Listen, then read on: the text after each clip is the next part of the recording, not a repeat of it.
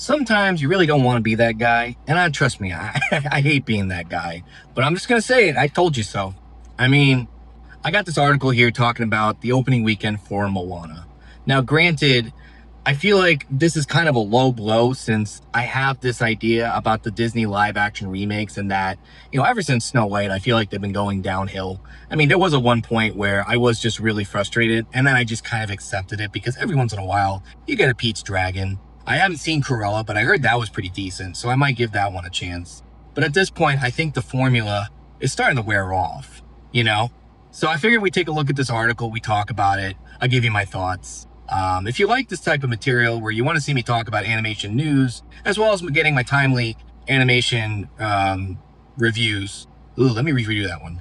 If you want to come back, you want to watch me talk about animation news, but also talking about movies that, we all come to love, or maybe need a second watch for a little bit of a hate watch, feel free to subscribe to the channel for more.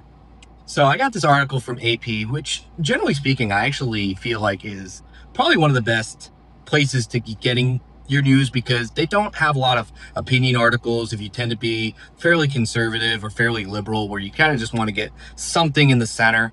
This is pretty much a great place to go to.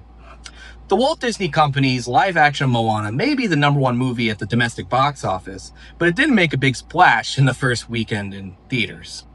See, they got a fun appreciation for puns the same way I do. The movie, which cost a reported $250 million to produce, earned just $43 million from ticket sales in the United States and Canada, according to studio estimates on Sunday. I mean, that's tough. There's a movie coming out this weekend, The Odyssey, and I was reading that it took 250 reported to produce it, but granted, they didn't include the marketing as well. I don't know what the specific number for Moana was, but again, this is reported, so it could have been more money than that. And seeing a $250 million movie do this bad is pretty bad. I mean, I don't think there were really that many movies that came out this weekend that it really could have fought against. But regardless of that, just 43 million in the, summer blockbuster season just shows just how crazy things have been getting in movie theaters. Like, there was a day, I feel like one of those old farts. There was a day back in my day where you want to cool off and you want to go to a theater, for a nickel or something. God, wish I was able to afford anything for a nickel. But, you go to the movies and then you watch the summer blockbusters and, you hopefully avoid an usher so you can go watch a second one and get a twofer. I don't recommend doing that anymore. Or even, I don't even recommend doing that. So it's just kind of an annoying thing to see that happening right now. And then one thing I also wanted to bring up as well, too. We've been seeing the success of the streaming platform when it comes to just releasing the ones out on direct to streaming. Like, you had Lady and the Tramp, and then Lilo and Stitch, it was made for being on Disney Plus. They put that in theaters, and maybe that's what they were hoping to do with this. But with a $250 million budget, it's kind of hard to imagine that. Granted, this could be adjusted for inflation, but then at the same time, Christopher Nolan's taking $250 million, $250, you wish, $250 million to make a movie. I'm imagining the cast probably didn't want to deal with all that pressure. They just wanted to work with a great director and make the best movie that they can because you're working with Chris Nolan. I mean, come on, baby.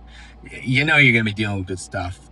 Whereas I'm pretty sure most of that money probably just went into The Rock's ego. Because this really isn't the first time, Dwayne Johnson has kind of been showing an aggressive move to try to dominate the movies in his own way, which just shows kind of how out of touch he is. Because before this, there was Black Adam, made around the time that the DC cinematic universe, the Zack Snyder-led one, was transitioning out. And then you had James Gunn coming in to try to, revolutionize it, change it. And then The Rock's just like, nah, I'm going to keep my character the way he is. And he's really just a side character to Shazam, so it's already awkward. But he had like this massive ego, all this promotion to try to emphasize just how big this movie is, even giving Henry Cavill a small cameo in it to make it seem like no, the DCU is actually going to be staying, and it doesn't. And you get that vibe when you're looking at this. But let's go back to the article. The studio bet big on Moana, one of its most popular franchises. The 2016 animated film is the most watched movie on Disney Plus. Its sequel, which was stitched together from a planned streaming series, made over $1 billion and scored a Thanksgiving record when it opened with $225 million in 2024. And that was just released 19 months ago. Again, this was the point that I brought up in my last video. Who are you making this movie for? And granted, I've got a theory that it was just made for The Rock and his family. Because there's no way you can tell me that this movie was expected to be just as big as the already successful Moana animated movies. Like, I just feel like there's this age-old theory that animation doesn't make money, it's a niche audience, and that people don't really pay to see animated movies. And I'm thinking to myself, hello, some of the biggest movies are animated. Most of the live action movies that we're seeing nowadays have a lot of animation in it. And at this point, it's kind of the next level when it comes to making big spectacle. So seeing somebody so resistant to trying to just stick with making animated properties, in some ways, I'm going to be that guy. I'm going to say it spits in the face of Walt Disney, you know? I mean, that's a guy that's always talking about moving forward and didn't want to stick with doing the same things. But, you know, he's open to innovation. He's open to having a clear mind. And everything Disney's doing right now, it's kind of like the anti-Eisner age, where it seemed like if Eisner got his way and he got to make the movies and the industry the way he wanted to, this is where it would end up. This is the anti-Eisner age, where he didn't get the pushback. And here we are in these just nostalgic driven,